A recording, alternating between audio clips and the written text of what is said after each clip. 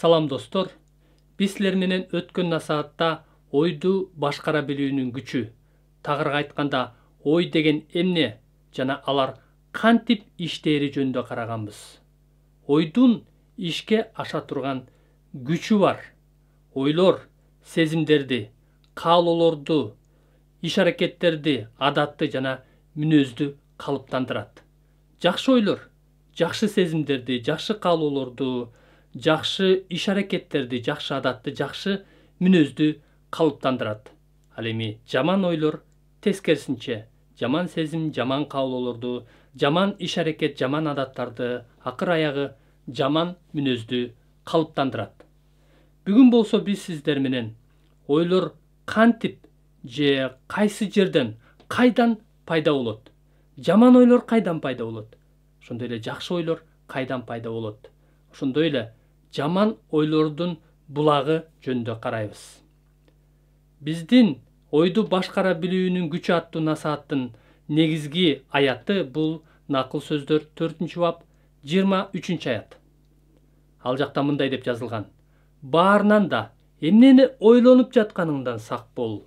Анткени өз ойлоруң сенин бүт жашооңду башкарат дейт. Өз ойлоруңду башкара алсаң, бүт жашооңду башкара алганың. Тескерисинче өз ойлоруңду башкара албасаң, анда ойлоруң сенин бүт жашооңду башкарат. Ойлор кантип пайда болот? Жана ойлор кайсы жерде пайда болот? Жаман ойлор же жакшы ойлор кайдан келет? Биз жаман ойлордун келбешине бөгөт кое алабызбы? Жакып жазган кат 3-бапта ал жакта тилдин көйгөйү, сүйлөгөн сөздүн көйгөйү жөнүндө айтылат. 2-аятта анткени баарыбыз көп жаңылабыз. Оозунан, башкача айтканда, сүйлөгөн сөзүнөн жаңылбаган адам бүт денесин ооздуктай алган жеткилең адам дейт. Мыкты саяпкер, жапайы, күлүк, азоо аргымакты өзүнүн чеберчилиги менен ооздуктай алгандай эле, биз дагы сүйлөгөн сөздөрүбүздү ооздуктай алсак, анда биз жеткилең боло алабыз. Мына биздин негизги максатыбыз ушул: жеткилеңдикке умтулуу. Андан ары 8, 9, 10 аяттарда мындай дейт: ал эми тилди эч бир адам багындыра албайт. Тил жаа бербеген жамандык, ал өлтүрүүчү ууга толгон. Тилибиз менен Кудайды атаны даңктайбыз. Тилибиз менен Кудайдын бейнеси боюнча жаратылган адамдарды каргайбыз. Бир эле ооздон даңктоо да, каргоо да чыгат. Бир туугандарым, мындай болбошу керек дейт. Бул жактан кандай көйгөйдү айтып жатат? 2-аятка ылайык биз көп жаңылабыз дейт. Баарыбыз эмнеден көп жаңылабыз? Оозубуздан чыккан сөзүбүздөн, сүйлөгөн сөзүбүздөн көп жаңылабыз. Демек, бул үзүндүдө тилдин көйгөйү, оозубуздан чыккан сөздүн көйгөйү жөнүндө айтып жатат. Жана бул көйгөйдү түшүндүрүш үчүн автор бир нече салыштырууларды көрсөтөт. Тилди, оозду, аттын ооздугуна салыштырат, кеменин бургучуна салыштырат, оттун кичинекей эле бир учкунуна салыштырат, ошондой эле ууга салыштырат. Жана эки түрдүү булакка, ошондой эле эки түрдүү даракка салыштырат. 9, 10 аяттарда автор тилибиз менен Кудай атаны даңктайбыз. Ошол учурда тилибиз менен Кудайдын бейнеси боюнча жаратылган адамдарды каргайбыз дейт. Бир эле ооздон даңктоо дагы, каргоо дагы чыгат дейт. Башкача айтканда, бир эле ооздон жакшы сөздөр дагы, ошол учурда жаман сөздөр дагы чыгат дейт. Бирок мындай болбошу керек. Бул чоң көйгөй дейт. Ал эми бул көйгөйдү кантип чече алабыз? 2-аятта оозунан, сүйлөгөн сөзүнөн жаңылбаган адам бүт денесин ооздуктай алган жеткилең адам дейт. Тилдин көйгөйү, оозубуздан чыккан сөздүн көйгөйүн биз кантип чече алабыз? Канткенде биз оозунан, сүйлөгөн сөзүнөн жаңылбаган, бүт денесин ооздуктай алган жеткилең адам боло алабыз. Мунун жообу төмөнкү аяттарда. Матай 15-бап 18-19 аяттарда. Ооздон чыкканы жүрөктөн чыгат. Адамды арам кылганы мына ушул. Анткени жаман ойлор, киши өлтүрүү, нике бузуу, ойноштук кылуу, уурулук, жала жабуу, ушак жана башка жаман ойлор жүрөктө пайда болот. Мына ушулар адамды арам кылат дейт. Бул үзүндүгө ылайык адамды арам же жаман кылган нерсе бул оозуна кирген тамак аш эмес, оозунан чыккан жаман сөздөр. Ал эми жаман сөздөр кайдан чыгат?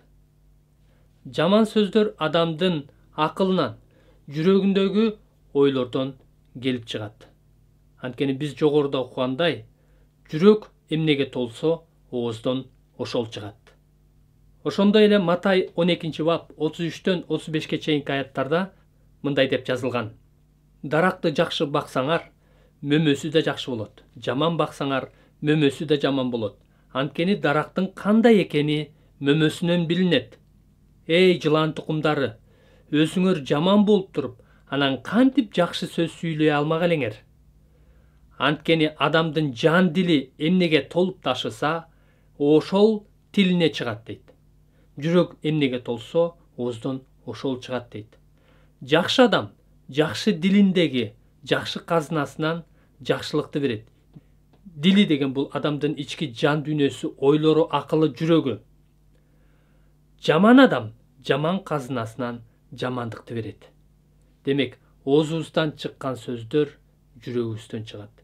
Себеби жүрөгүбүз эмнеге толсо, оозубуздан чыгат. Оюбуз эмнеге толсо, оозубуздан чыгат.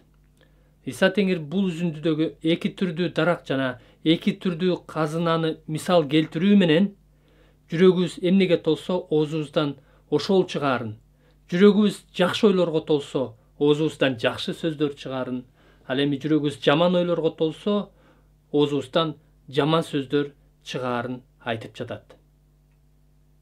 Ал эми жаман ойлор кайдан келет? Жаман ойлордун келбешине биз бөгөт кое алабызбы? Ошондой эле жаман ойлордун булагы ким?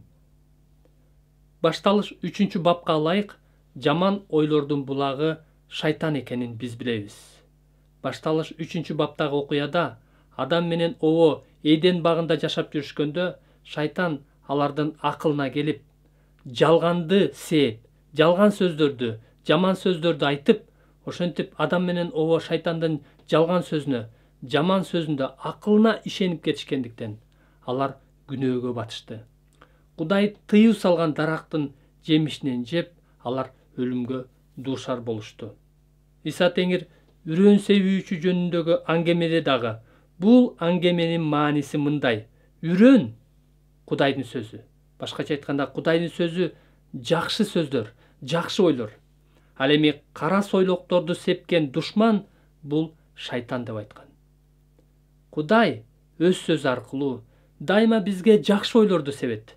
Дайыма биздин акыл оюбузга жакшы ойлорду, жүрөгүбүзгө жакшы ойлорду салат.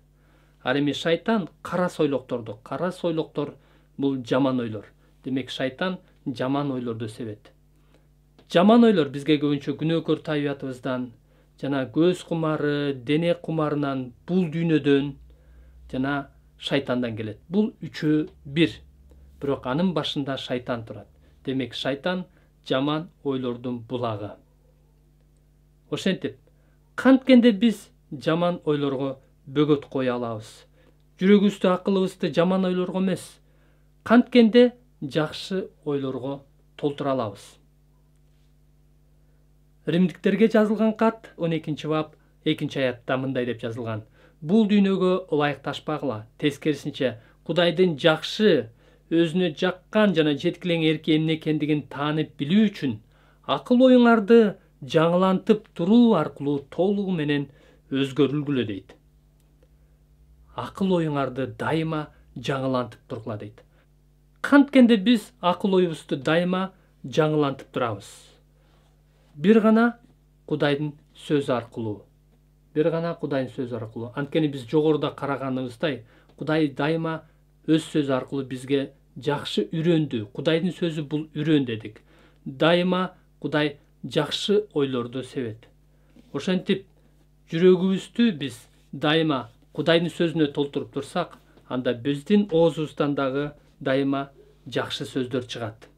Жогоруда биз көп жолу окугандай, жүрөк эмнеге толсо, ооздон ошол чыгат дегендей, жүрөгүбүздү дайыма Кудайдын сөзүнө толтуруп турсак, анда дайыма оозубуздан жакшы сөздөр чыгып турат.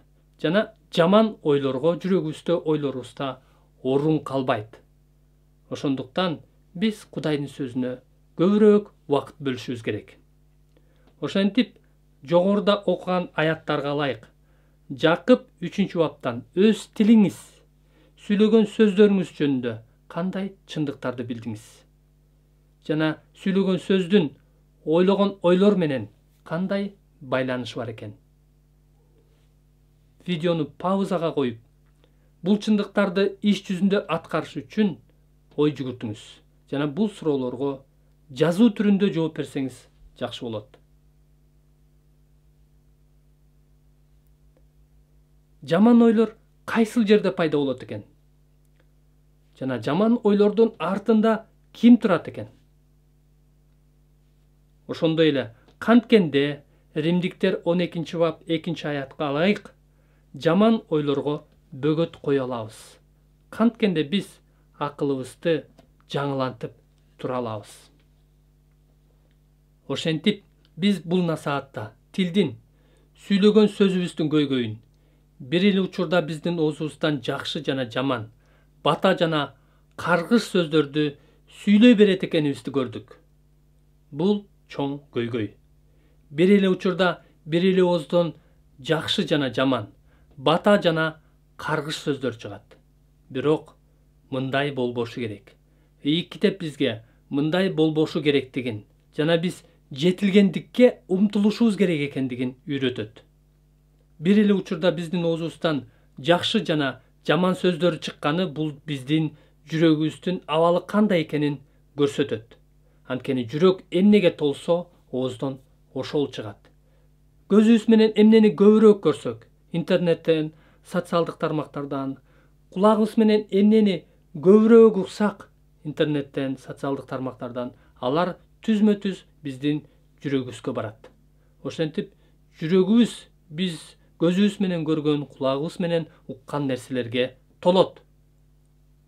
Ал эми жүрөгүбүзгө, акыл оюбузга толгон нерселер биздин сөздөрүбүзгө, биздин каалоолорубузга, кыймыл аракетибизге, жүрүм турумубузга, адатыбызга, мүнөзүбүзгө, деги эле бүтүндөй жашообузга таасирин тийгизип, биздин мүнөзүбүздү калыптандырат. Ошондуктан, урматтуу досум, жүрөгүбүздү, ойлорубузду, акылыбызды, казынабызды алтындан да баалуу болгон Кудайдын сөзүнө толтуралы. Күн сайын Кудайдын сөзүнө жана сыйынууга бир нече убакыт бөлөлү. Сиз күнүнө Кудай сөзүнө жана сыйынууга канча убакыт бөлөсүз? Эгерде убакыт бөлбөсөңүз, же жетишерлик убакыт бөлбөсөңүз, анда бүгүндөн баштап чечим чыгарыңыз жана убакыт бөлүп баштаңыз. Эмки насаатта биз жаман ойлордон кантип арылуу керектиги жөнүндө практикалык кеңештерди жана көнүгүүлөрдү карайбыз. Бул сизге эркиндик алып келе турган насаат болот. Эмки насааттан көрүшкөнчө Кудайдын тынчтыгы сиздер менен болсун.